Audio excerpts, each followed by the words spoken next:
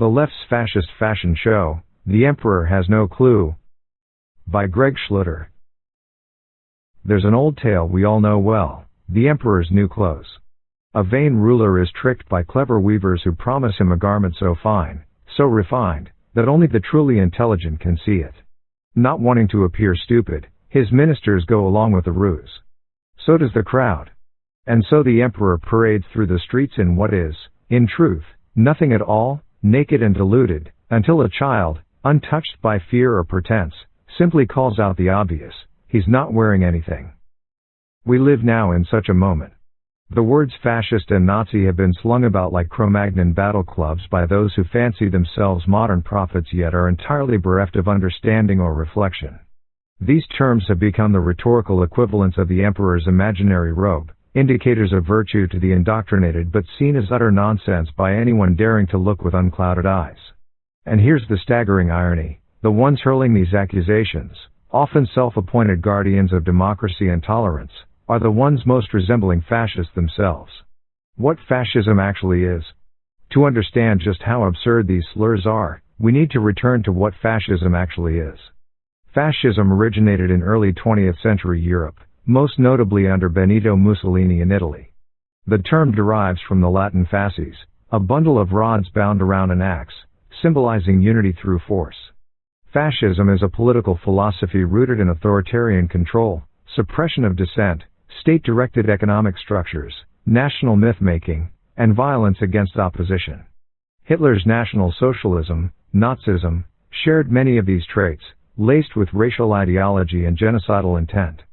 Fascism was characterized by centralized state control over private industry, censorship of opposing ideas, propaganda campaigns to manipulate the masses, political violence to silence dissent, cult-like elevation of the state or leader, intolerance toward religious or ideological diversity, and the legal weaponization of institutions.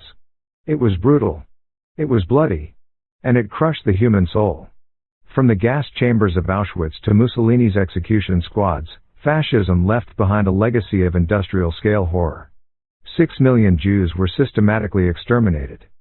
So were millions more: Catholic priests, intellectuals, Romani, Slavs, the disabled, the politically inconvenient. Book burnings. Show trials. Propaganda fed into every home, every school, every radio. The state became God. Dissent was heresy. And human life became disposable, reduced to race, class, utility, or threat. This is not metaphor. Fascism is history carved in smoke, steel, and blood. Who's wearing the boots today? And now, in 2025, who fits this mold? Who shuts down speech they don't like? Who coerces private companies into censorship? Who rewrites history, demands ideological compliance, and intimidates those who resist? Is it Trump? Vance? Musk? No. It is the progressive left, the ones claiming to fight fascism, who have weaponized every classical attribute of it. As revealed in the Twitter files, a series of internal communications released by Elon Musk through journalists like Matt Taibbi and Michael Schellenberger, the Biden federal government, particularly the FBI and CDC, routinely pressured Twitter and other platforms to suppress dissenting voices. This included tweets questioning the efficacy of masks, vaccine mandates, and the origins of COVID. The FBI flagged posts it wanted taken down, and the Biden White House requested the deplatforming of accounts. What was once dismissed as conspiracy theory was proven to be coordinated suppression of free speech by state actors, a textbook case of fascist media control.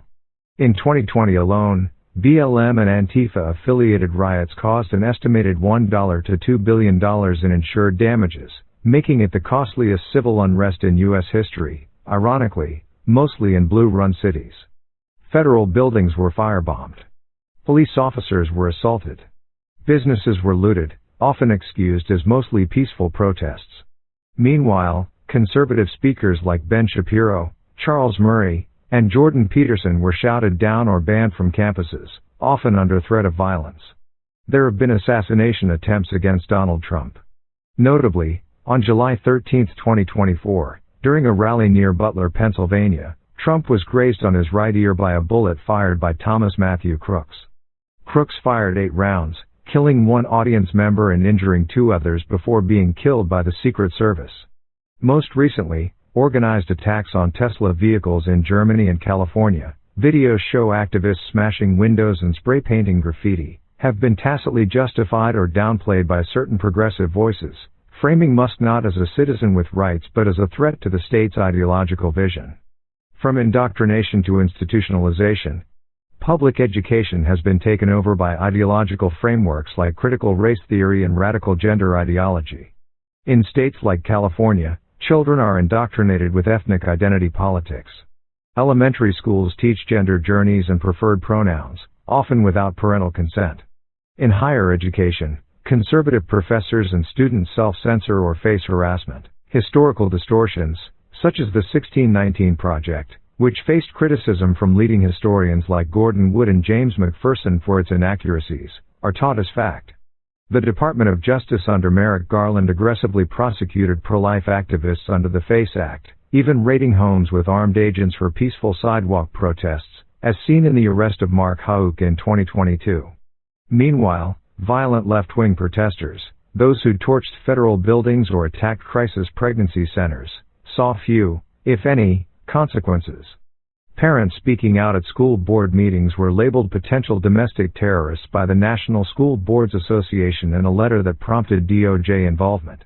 Contrast that with selective leniency, hundreds of BLM rioters were released without charges in cities like Portland and New York, with bail funds even promoted by Vice President Kamala Harris. Class-based Marxism has given way to identity-based neo-Marxism, where one's moral authority derives from victim status. Fascism similarly obsessed over collective identity, only then it was race and nation. Today, it's gender, orientation, and perceived privilege. Academia and DEI bureaucracies push a binary, oppressor versus oppressed. Children are taught that whiteness is inherently racist and men are inherently violent. Scientific facts, like biological sex, are considered oppressive constructs. The consequence? Division, resentment, and the erosion of individual dignity in favor of group identity. And yet these same actors scream fascism at those who dare to oppose their ideology. The mindlessness of the mob. It takes very little intellect to call someone a Nazi. It takes even less to join the chorus. But it takes courage, reason, and humility to pause and ask, what do these terms actually mean? To slander your political opponents as fascist while embodying every fascist tactic is not just ironic, it's delusional. According to the Diagnostic and Statistical Manual of Mental Disorders, DSM-5, delusional disorder includes fixed false beliefs that persist despite evidence. The idea that common-sense Americans, black, white, male, female, immigrant, or otherwise, who voted for Trump, support Musk's free speech absolutism, or resonate with J.D. Vance's working-class advocacy are somehow secret Nazis is textbook delusion. When madness becomes policy, clinical psychology affirms this. Cognitive behavioral therapy, pioneered by Aaron T. Beck in the 1960s, identifies distorted thinking patterns that lead to emotional and behavioral dysfunction. Archives of General Psychiatry, 1964. Matthias de Smet, in The Psychology of Totalitarianism, 2022, explores how fear, isolation, and repeated messaging create a kind of collective trance, what he calls mass formation psychosis. And Irving Janis' seminal Victims of Groupthink, 1972, shows how cohesive groups can abandon rational thought in favor of enforced unanimity. When those entrusted with education, governance, and healthcare promote clearly false realities, like gender being assigned or that biology is a social construct, the damage isn't just cultural. It's clinical. And this isn't abstract. At our southern border, policy madness enables cartels, child trafficking, and fentanyl to devastate entire communities. In gender clinics, children are subjected to irreversible surgeries based on ideological fantasies, while depression, regret, and suicide soar. Our mental health crisis is unmatched in American history. Young people, groomed into sexual and ideological confusion, report the highest rates of depression, anxiety, and suicide we've ever seen. The 2024 reality check. But in 2024, America pushed back. In state after state, people of every race, gender, age, and income bracket voted not for Trumpism as cult but for common sense as creed. The message was unmistakable: we are not insane. We want reality back. The millions who supported this return to sanity weren't brownshirts. They were plumbers, teachers, single mothers, ex-liberals, Latinos, black business owners, young professionals, grandparents, people who are tired of the lies, the coercion, and the chaos. And yes, they're also the ones being called fascists by those wearing the emperor's delusional threads. A path to cultural recovery. Recovery from collective dysfunction requires steps well established by the field of psychology. First, reality testing, the ability to identify and challenge false beliefs. Second, reintegration of identity, teaching that identity is not a self-constructed fantasy but is grounded in biological, psychological, and moral truth. Third, immersion in truthful community, healing is relational. Churches, families, and virtuous friendships must become lifeboats of sanity. Fourth, accountability, institutions that promote dysfunction must face consequences. And finally, the courage to confront. Societal healing begins when enough people simply tell the truth, even when it costs them. The naked truth, and our greater hope. And so we return to the tale. The child who saw reality for what it was, he saved more than his own mind. He broke the spell for others. In every generation, we need such clarity. But even beyond politics or psychology, there's a deeper truth we must recover, about who we are. We are not random accidents nor autonomous identities defined by our feelings. The most fundamental truth is this: we are made in the image of God. He made us for Himself.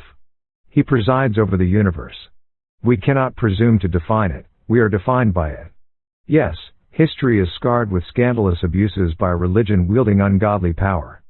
But don't dismiss Jesus because of Judas.